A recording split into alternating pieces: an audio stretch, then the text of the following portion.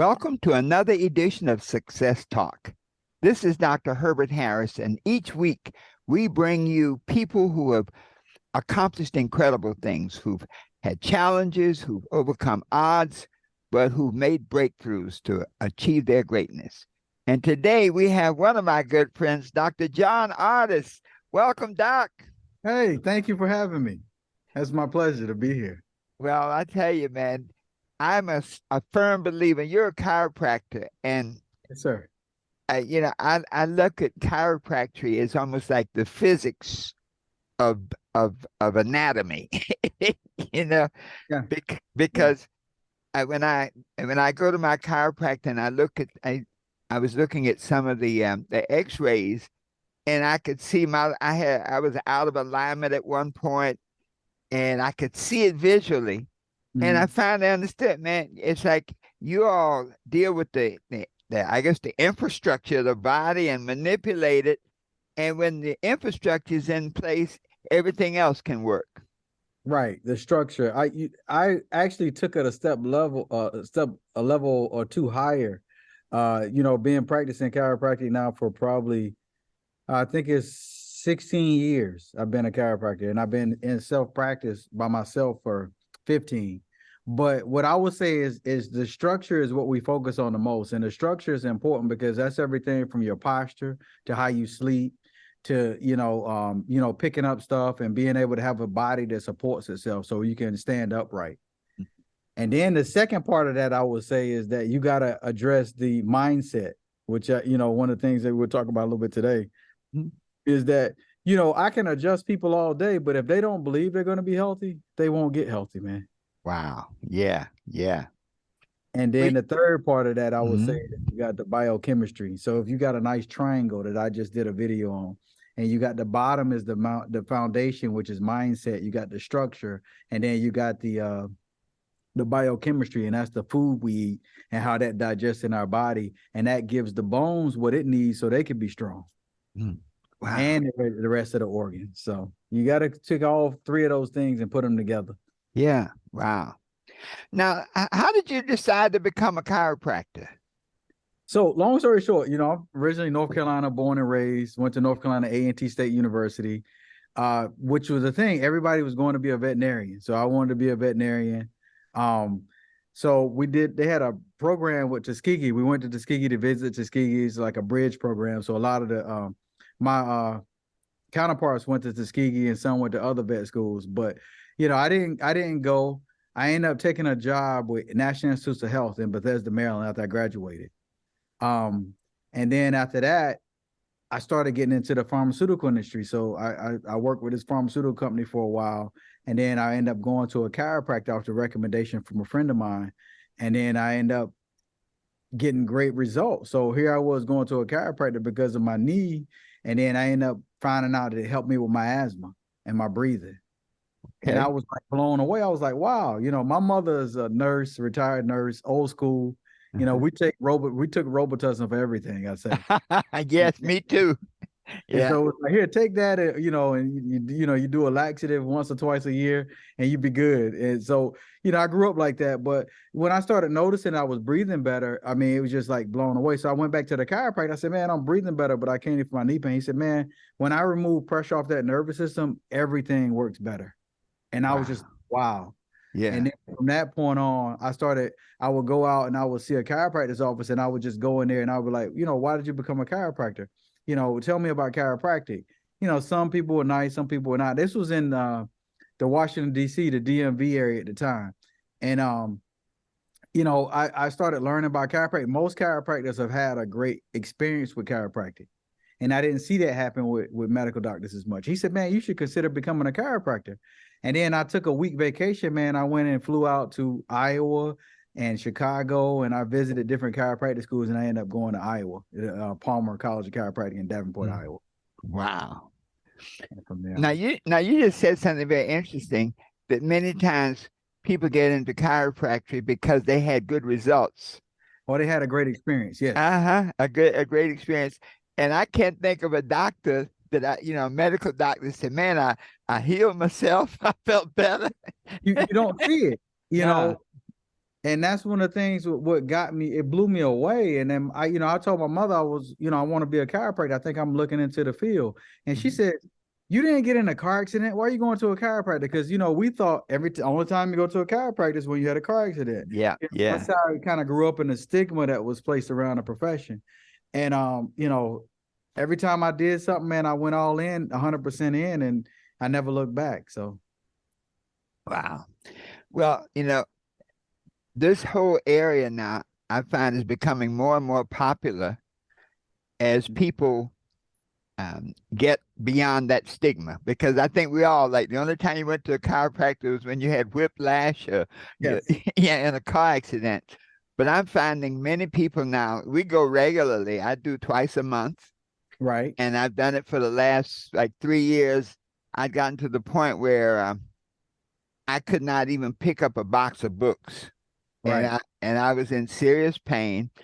And when I went to the chiropractor and we looked at the x-ray, and I saw, I'm a scientist, my major in college was physics. So I had that sort of analytical approach.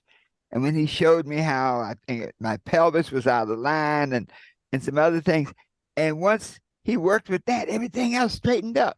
Oh, And yeah. so I'm convinced that it is one of the reasons that of my youthfulness and my longevity, that I don't wait until something gets out of whack. I keep it. It's like putting oil in a car, get my regular adjustments. You find that a lot of people now are beginning to look at that as like almost a maintenance thing.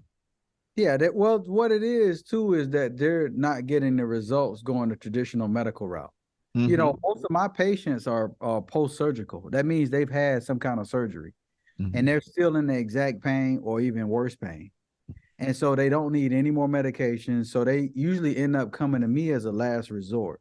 And one of my purposes and goals is to help change that, to make us more of one of the first people that you come, because we're one of the least invasive and probably the most cost-effective way of healthcare. Mm-hmm. And one of the things that happens is, and go back to one of the things you said, is that your brain controls everything. It sends the message down the spinal cord, the energy goes through the nerves, and it goes to all your organs, your muscles, and tells them when to work. The purpose of that spinal vertebrae is to protect that spinal cord, and the purpose of that is to actually keep it housed and protected and move. So we got individual vertebrae that allow us to move and do all these different things. Now, if those vertebrae shift due to whatever, a car accident or slip or fall or sleeping in bad positions for 20 years or whatever, and it hits that nerve, whatever that nerve supplying is going to get weak and it's going to start to deteriorate. And when that happens, the body's going to be in dysfunction. You might not feel it until it gets inflamed. And when it gets inflamed due to a condition like arthritis or any other conditions that can cause it to become inflamed, that's when you start to feel it. And then people say, well, I didn't do anything. This just came out of nowhere. No, that's been there for years. You just didn't recognize the signs. Maybe you couldn't bend over and touch your toes or something. Or maybe you could notice that you couldn't walk as far and you just chose to ignore that. So it's moving more into what they call functional health and functional medicine. Functional health is you're measuring your health by what you can do, not based off how you feel. Okay. Mm-hmm. So one of the simple tests we have people do is stand on one foot with your hands in the air like that and see how long you can do it. And that tells me what muscles are weak on one particular side. Then we do the other side. The other thing we have is just simple squat tests. Insurance companies or actuaries, they have calculated down to a science that if you can't do some of these things, that how long you're going to live. Wow. Yeah. That's amazing. Statisticians and actuaries and stuff like that calculate stuff like that. Mm-hmm. So that's how they know how they can base your rate off certain things. Wow. I saw once. Yeah, I saw once in, I think, a Japanese regiment where I'm standing on one foot being an indication of your level of health. That's the first time I ever heard this, coming from a real person. I remember I read about it somewhere. This stuff has been around for years and starting to come up. Like you said, more people are starting to come to chiropractors now, because they've been here. I've been to patients that have been to Mayo Clinic, and I just got a guy that been to Mayo Clinic, and he said they did this, and everything tested but I still don't have the relief, or the doctors think that I'm crazy, or people come in and say all kinds of stuff. And I say, well, look, one thing that I know is if I can take pressure off your spinal cord and off those nerves, your body will work better. And that's all I do. And that's the simplest thing way we can put it in form. Now, there's a science behind when not to do that. And there's a science behind when to do it. And the art is how you do it. And the philosophy is why you do it. So chiropractic is more like a three-legged stool. You got the art, the science, and the philosophy. Wow. Now, as a North Carolina person, and I'm surrounded by Aggies, man. But they say Aggie born, Aggie bred, and when I'm gone, I'll be Aggie dead. Exactly. That's true. Right? Well, my granddaughter is there, and Yes. she's a freshman this year. My grandson is starting next year as a freshman. Okay. And, like so many of my classmates went to A&T, and I have so much respect for that school. And for North Carolina, that was kind of the creme de la creme. A&T always had it was like a level above everybody else. And That's so, true. yeah. So tell a little about your early years. You're from North Carolina. What was your Yeah. family like? Man, I was born in Clinton, North Carolina, in 1976, man. So growing up in the late 70s and 80s and early 90s is really it taught me a lot about myself, man, as a person. And I'm the grandson of a farmer, so I understand what farming is like and hard work. But when I was 5 or 6, my parents split, and I was raised pretty much by a single mother, but I still saw my father. I still saw my grandparents. And it was mixed emotions there because you're a kid, you're trying to figure it out. And then you're wondering why, your parents aren't together. And then you grow up and you start to develop these ideas and you start to, create the way you wish it was. And then that's pretty much what I do now is it gave me a blueprint to create what a man should be like and a father should be like. Because a lot of times I was around some negativity. I had my next door neighbor was a French teacher at the high school. One of my other neighbors worked all the time. My mother worked, and she did one thing that changed my life. She went back to school. She had a job at a factory. I remember it's called Fleet Line. And she hated it. And she walked out of there one day and she said, I'm never going back. And she said, I don't know how we're going to make it, but I'm not going back to that job. And she went back to school and she got a nursing degree. And she used to do homework with us. And that taught me the importance of studying to get yourself into a better situation. And so what I did is I wasn't always the smartest student in the classroom wise, ABC student, but I never really got in trouble either. But I was always a social person, so I always asked questions to the seniors. I would sit with my grandfather. I would go down there and I would ask him questions.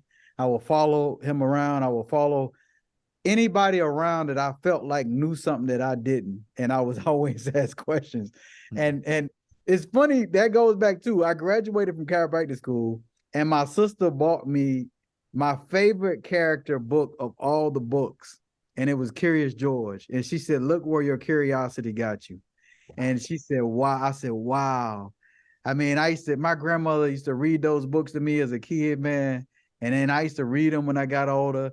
And then I've always, been inquisitive about a lot of different things. And, here I am today. But that one thing, seeing my mother go back to school, graduate, and put herself in a better position, and seeing her where she is now, retired with a pension, and just living her best life. I mean, I couldn't be more proud. I just was there a couple of weeks ago and I was telling her, I said, I'm so proud of you because you really define the odds. I mean, I had grandparents on one side, they had an outhouse, man. This is rural North Carolina, man. Yes. You had to go outside in the cold. I mean, this is not that long ago. And that's what I try to remind the youth. Like, you guys don't understand. You really, if you got to listen to these stories to really appreciate the person for who they are, and you understand why they have what they have. And I always tell my kids now, if I didn't go through what I went through, I wouldn't have what I am today, because the character, the resilience, the grit, all that stuff was actually earned and I worked hard for. I'm self-made. I didn't have to ask anybody for anything. Mhm, mhm. Wow. That's a good position to be in. Well, you know what?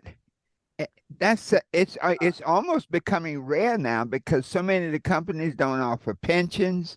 You know, they really try to convince people that people can handle their finances and be very intelligent about investing for the future. But a pension was a major piece. But I wanted to go back to something you were sharing that your mom was a single parent, but as you were talking, you were still surrounded by grandparents. And now you had any brothers and sisters? Yeah, I have a sister that's a year younger than me, Uh-huh. Crystal, and and I have a brother that's 20 years younger than me. Okay. So the the idea of having that grandparent knowledge, those connections. So even though it may be a single parent, there's that structure around you that, as you were Yeah. saying, your grandmother would read to you, and that's something that find is not there today. This intergenerational knowledge, those I spent bridges seem to be like cut. my grandparents, especially my mother's mother and my great grandmother, as I did at home. They used to have to make me go home because Mm, and I would be here. My grandmother Martha used to clean houses for upper class white people in mhm, that area. So I would go to work with her some days, and she'd give me $5 to help and get up and do the ceiling fans and the rafters. And what I would do is I would always branch off and find the owner, and I'd be like, "How did you get this? How do you do that?" I remember 12 years old asking Mr. Barrick and all these families, man, where did you do this? How does this work? And they would say, "Hey, it's not about that and this," and they would give me questions, and they would ask me, challenge me back in my thinking, and I think about that to this day, and that's really what opened my eyes to a lot of stuff. I remember going down with them one weekend with my grandmother to clean their beach house in Topsail Island. And he took me out on a boat, man, and I was probably 12, and it blew me away. I said, man, I gotta work hard. And so there's some of the families that opened some of the doors for me to actually go to Camp Seagull to actually be a camp counselor down in Morehead City. So I was around a lot of affluent kids from all over the world, and I got to see a different side of lifestyle than I did, and a lot of my friends did. mm, So I said, man, y'all got to come to this camp with me. So I got them a job, but unfortunately, man, they couldn't make the cut, so they ended up working in the kitchen. So they were mad at me for a summer, man. But I mhm, was out there with the sailboats, man, and I learned how to sail at even in my was 15, 14, 15, 16, and I learned a lot, and I was just because of my exposure, and I give that to my grandparents. mhm. My grandparents exposed me to stuff, and she always used to pour into me. One thing I can remember my grandmother said, she said, "Look, baby, as a man, you always need to have your own house, and you always need to have your own car." And I've always had that, always. Now you know what, Doc? That's something that we don't hear that anymore. I never seen No, so many young people that can't drive. Don't that I mean that was drilled into you when I remember when I got my first piece of money. I was 20 years old. I bought me a house, and everybody laughed at it because it was way up in the way up in the Bronx, and you yeah, know wasn't in a fashionable area. But I said, guess what? It's mine. And that makes all the difference. I tell you, man, that those principles, those ideas now, nobody's teaching them to our young people. no. And I try to, I push it with my kids, even though, and I tell them, I said, you might not want to hear what I'm about to say, but you got to listen anyway, because I can see the whole playing field when you can only see a section of it. And if you listen to me, I'm, Hmm. I'm your biggest fan. I got you, Hmm. but you gotta listen to what I'm saying, and you gotta take what I'm saying, and you gotta make your own decisions. But you can't say you didn't know. Mm. And that's what, as parents, man, that's so valuable to the children because a lot of times they don't even act like they're not listening, but I have found that they're listening. They hear it all. They may not respond right then, but you'll look back 10 years later and you hear them saying the same thing that you said to them. My daughter told me, she said, Dad, she said, all my friends say I'm the wisest person they know. She said, all I do is say what you told me. Yeah, yeah, Good. It's good. yeah. Yeah. Well, Doc, it's as you were painting the picture and sharing that, when you look at, from where you started, what do you think was your biggest obstacles to or obstacles to get where you are now?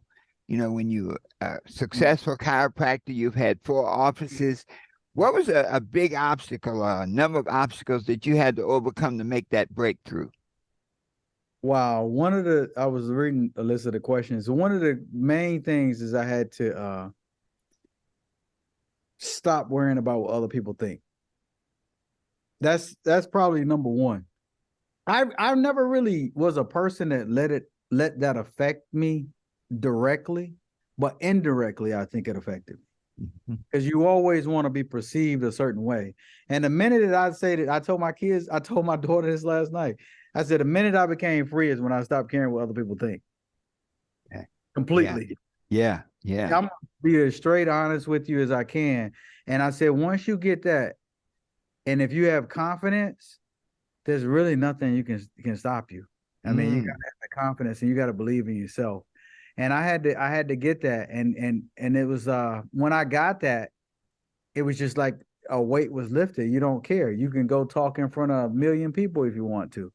And it's constantly, I challenge myself too to constantly stay and put myself into forced uncomfortable situations just so that I don't forget what it feels like to actually be uncomfortable.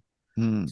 Challenge myself to kind of do stuff. So I'll go up and I was at a driving range hitting golf balls yesterday. I just walked up to this guy. Me and him started talking. Next thing you know, he owns this company and we exchange numbers and we might do business together or something. So it's just like you never know. Then if I wouldn't have had that conversation, well, I would say, you know what, don't worry about it. By human nature, we are communal people. So it's like we are designed to come together and build something beautiful and something that's going to push humanity forward even more. And that's the path I'm on. Wow. I would say that was getting that. Yeah. Yeah. Now, it's very interesting when you look back, as you say, you started out, well, going to A&T, I think, put you in a good environment with people who wanted to learn, who valued education. And this this evolution you've gone through from there till now, if you look back on your younger self, the self that was going into college, what advice would you give your younger self? I would say always have a vision for what you want your life to be like. And the clear that you can make that vision and the clear that you know what you want, go after it with everything you got. Miss the party, miss this. If you know you want something bad enough and it's gonna put you in a position, don't let anything outside of that deter you from getting to where you need to be. Especially as if you're young, you're healthy. You can go out here. You can literally we're living in a world now where you can literally do anything you want. It's just the issue is deciding on specifically what you want and what interests you. And I see Mm, a lot of young people that they have such lack of direction and lack of vision for their life. And they kind of take what the wind blows at them. And I don't think that's how we're designed. I tell you, Doc, that's some powerful words because the Bible said, where there's no vision, the people perish. We know that. Yeah.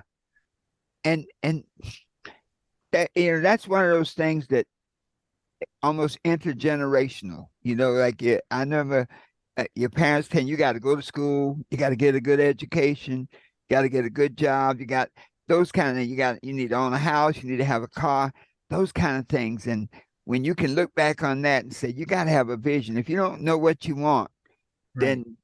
then if you don't know what you want, then there's no way to give direction to your life.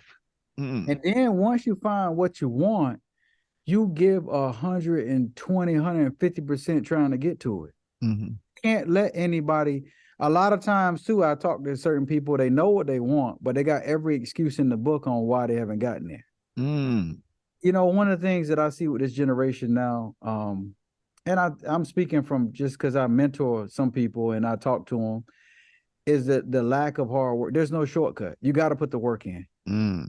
Everybody wants it now. They see what you have, they see what you're doing, they see how you drive, they see all these different things, but they don't see the work that comes with it. They don't see that you in there by yourself.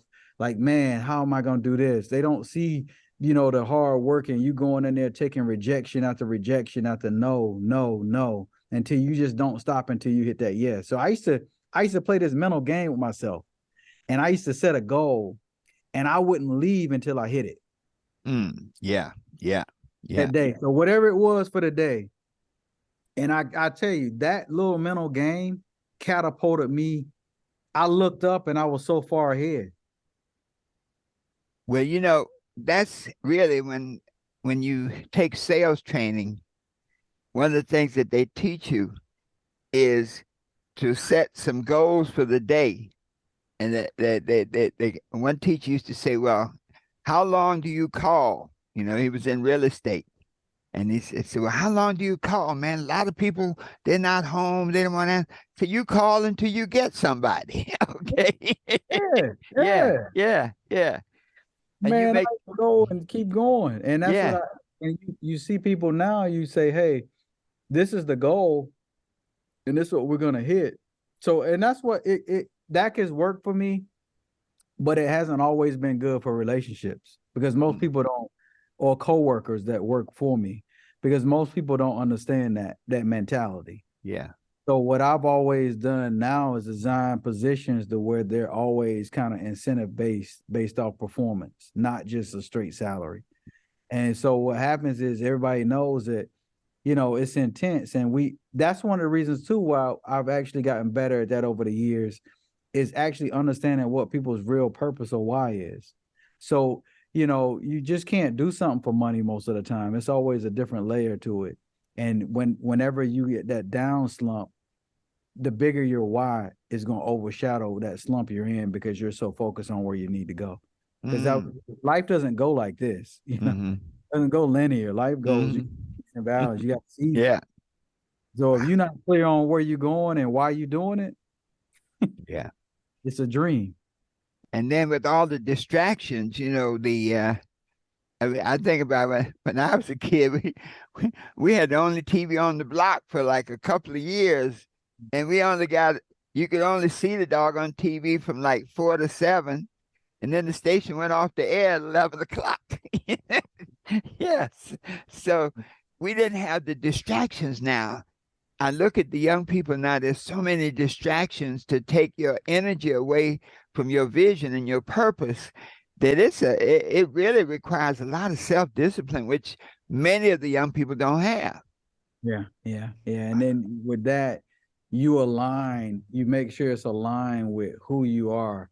And one of the questions I ask myself continuously, I just asked myself that this morning, am I on the right path? I constantly ask myself that every day. Am I on the right path? If not, what if I don't feel like I am, what can I do immediately to get back on the right path? What changes do I need to make? Who do I need to contact? Mm-hmm. What Wow. do I need to do? Turn my phone off? What do I need to do to get focused? Mm-hmm. Because this is lifetime. My ancestors are riding on this. Wow. That's right. That's right. And you Yeah, know man. what? That sense of purpose, as you said earlier, that sense of purpose really it really drives you to a whole nother level.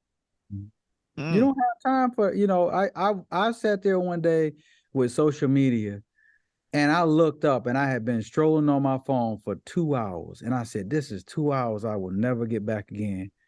So I try to monitor it. I set a timer on my apps for 15 minutes that I can do a day on Mhm. each platform. If Yeah. I do that. And Wow.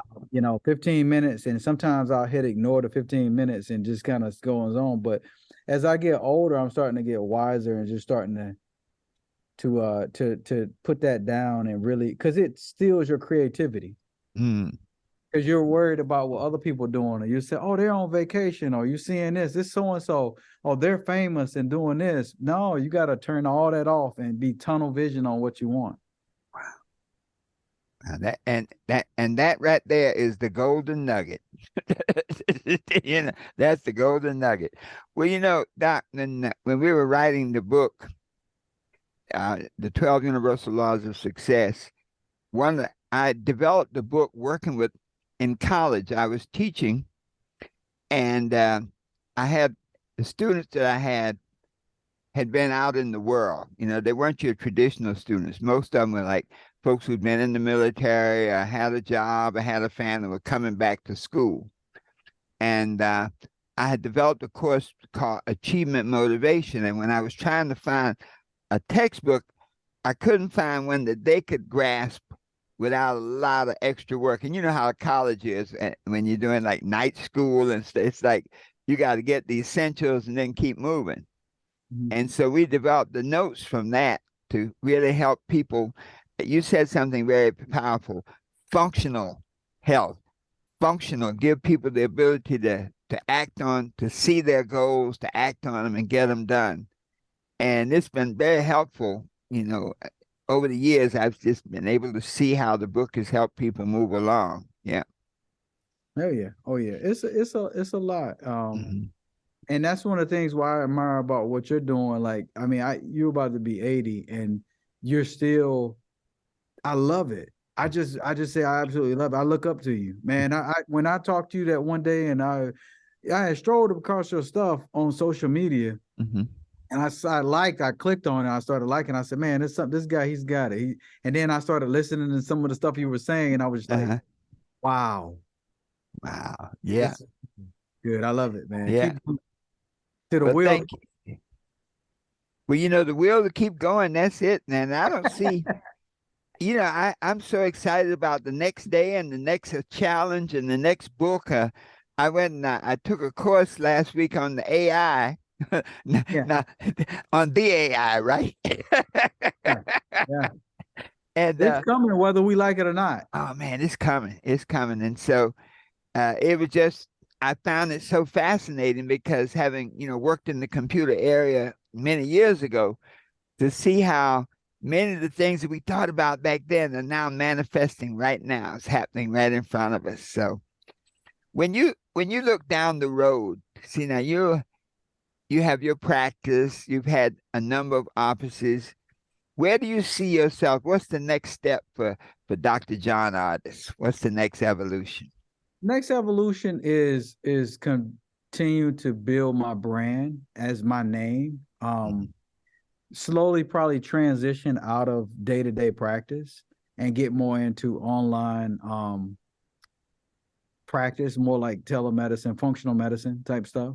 I do that now in a second practice I have online, Mhm. but I want to focus more attention on that because I think that's gut health is so important to me, and it's changed a lot of things in my life, and it's changed a lot of things in a lot of the patients that I've helped. I would also like to become more, get on the speaking circuit, start traveling, and start sharing, some of the things that I've learned clinically with patients to actually inspire people. So mixing healthcare and motivation together to where, you got your health and you got your mindset right. Mhm. Well, it's interesting. There's I think an Arabian proverb to say, he who has health has hope. He who has hope has everything. Oh yeah. Yeah. See, so Wow. yeah, that health is key. Well, Doc, I think that your area, that we'll call it holistic medicine, is there are more and more people now becoming aware of that and becoming understanding it's important in their lives. As you sort of go forward in your practice, how do you integrate that spiritual side and so that it all becomes, as you say, like a three-legged stool or a triangle? How do you put it all together like that?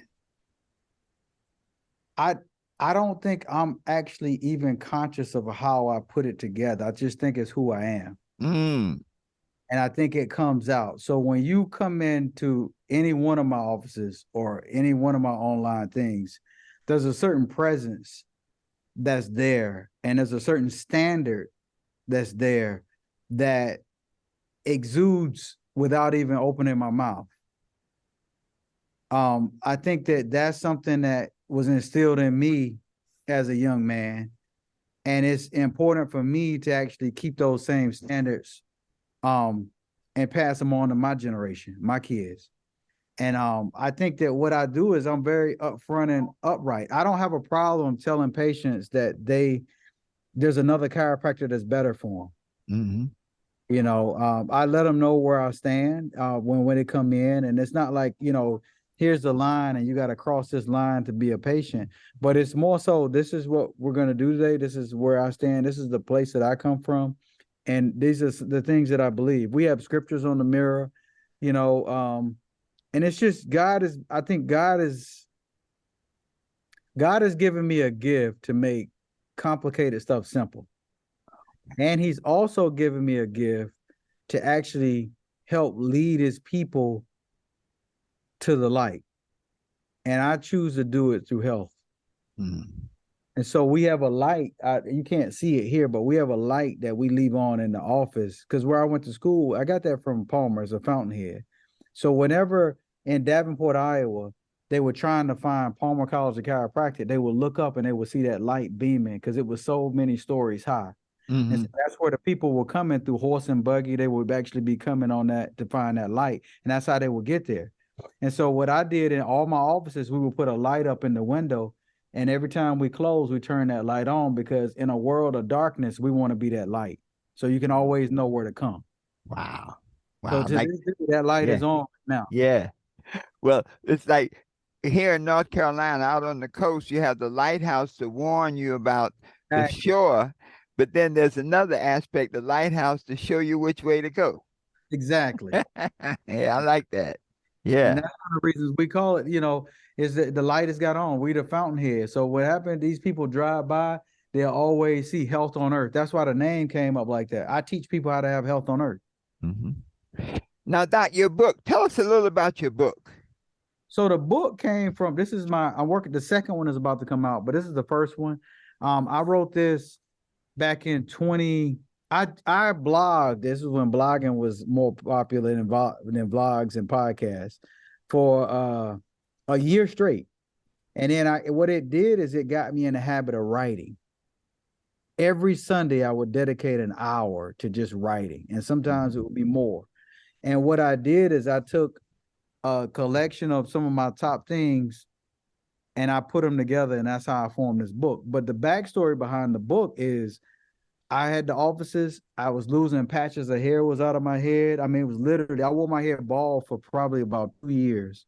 And I arguing with the barber, man, you didn't clean your clippers or something, all this stuff and all that stuff, and going through that. And then my wife was like, do you need to go to a doctor or something? Because maybe you got some kind of bacteria or something in your head. Or you need to do. So I went, and the doctor was like, nah, you got alopecia from stress. And I was like, no, I run 5Ks. I work out at Lifetime at the gym every day. She said, no, something you're taking on too much. But the thing I didn't realize, as a black man, I thought that was normal until I started talking to some of my counterparts. And then I went to this one seminar, and the guys were young. A couple of guys are younger than me, man. They had heart attacks already. Wow. Man, they had heart attacks already. They had been through cardiac rehab. I mean, these were ER physicians and some medical doctors at this conference. And they were like, dude, I done been, He said, dude, you don't want to do that. And my doctor says, dude, you got to slow down. You're going to end up having a heart attack or something. So I literally, man, when I found that out, and it kind of scared me straight. So I went and closed the South Loop. We sold Naperville. I ended a lot of partnerships that I had with certain things. And then what I did is I just kept the busiest office. And then I built that from that point on. And so what I did is I put all that together in the 7 core values that can't be overlooked. These are things that I was overlooking in my life that actually caused me to go through that stressful period. And so those things that I was overlooking in my life is, the number 1 core value is faith. Was I really trusting God like I know how to, right? Was I really believing in what I can't see that was going to happen? The second one is servanthood. Was I serving people with the right purpose, or was I really trying to run a business? So it's like, man, this servanthood was a very important part of our office and our concept. to the point where we call ourselves washing feet. Was I washing feet just like Jesus washed Peter's feet? Mm-hmm. So when we have our huddles, it says it's time to wash some feet. Not literally take people's shoes off, wash their feet, but it's time to serve. Mm-hmm. And you're serving with the right purpose in mind. And that's one of the reasons why I never really have to worry about a new patient a day in my life, because I got so many now, they keep coming back, and if they always referring people because we serve for the right reasons. Mm. And then also too, I had to check my family and my friends and my support group. I have a good support group. I gave a speech. I got won a Monarch Man of the Year in front of thousands of people, and I had to speak about this award that I won in healthcare and medicine. And I said the one reason that I stand up here today is because of my support group. Everybody in my tight-knit circle that's going to pick me up when I'm low and going to knock me down a few notches when I get too high is here. Mm-hmm. And I've been blessed to have one of the most beautiful people in the world is my wife. Man, she's right there, man. That's one of the single most important decisions that any man will ever make. Is who you marry. Wow. Oh, Lord. That's not in alignment. And when you marry your wife, you marry her family. Yes. So my mother-in-law was there. My mother-in-law is like a mother. My mother was there. My aunt, everybody, my best friend, my brothers, man, we were there. And I said, these are the people that I can call. You know, that's my support. That's my tribe. So that's important. And then you got to take care of your kid. You got to take care of your health, your spinal hygiene. You got to take care of your spine. And then you got to take care of your physical and health and your spiritual health. And then you got to make sure you're getting the right nutrition, and you got to make sure you're putting the right rest in. I wasn't sleeping like I was supposed to. I mean, it's different things now. I value the quality of sleep, nutrition. My body is a high performance machine. You know, I tell my kids all the time, I'm a high performance athlete. And I got to eat the top quality foods. I got to eat the best. You know, I got to drink the best water, you know, because this is the only thing I got that's going to help take me to where I need to be. So those 7 things, man, if you're not where you want to be, you need to check those 7 things. And I guarantee you, if you adjust a few of them, you'll be a lot further ahead than you were. So run them again, Doc, so I want our listeners to get it, because I know they're all taking notes now. So you got number 1, you got faith. You got servanthood, serving. You got your support group, family and friends. You got your spinal hygiene, chiropractic care. And you got exercise and physical fitness. And you got nutrition. And you got sleep and rest. Beautiful. Just because you're sleeping don't mean you're resting. Woo. Okay. That'll preach. Yeah. Wow. That's some powerful stuff, Doc. That's why I wanted to get that in there, because these are the type of principles that when you hear them, they make sense. Oh, yeah. you know, that's the whole thing. It's like, I don't need there's sometimes people can give you a prescription and you need a dictionary or a thermometer to figure out what they're talking about. But this is so straightforward. This is powerful. Yeah. It's very simple, easy read. And you know, it's just something that we all need to do. Everybody is looking for something they're looking on the outside instead of looking within. Yeah. Yeah. And all the answers in the inside, yeah. man. It's real. That's all. Everybody I've been told that a couple times, and I truly believe it. Everybody has 2 to 3 good books in them. Yes. Yes. And you know what? You just have to sit down and do them. That's the key right there. You were saying on Sunday afternoons when you were writing your blog, my Friday evenings, Friday afternoons, I prepare my talk for Saturday mornings, and now that I speak at a church, I sort of put them together.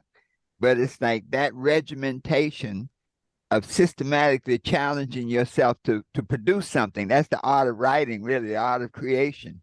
Wow. Thank you. Thank you, Doc. Oh, no problem. Wow. Well, I tell you, I have now. What is your website? Because you got to have a powerful website.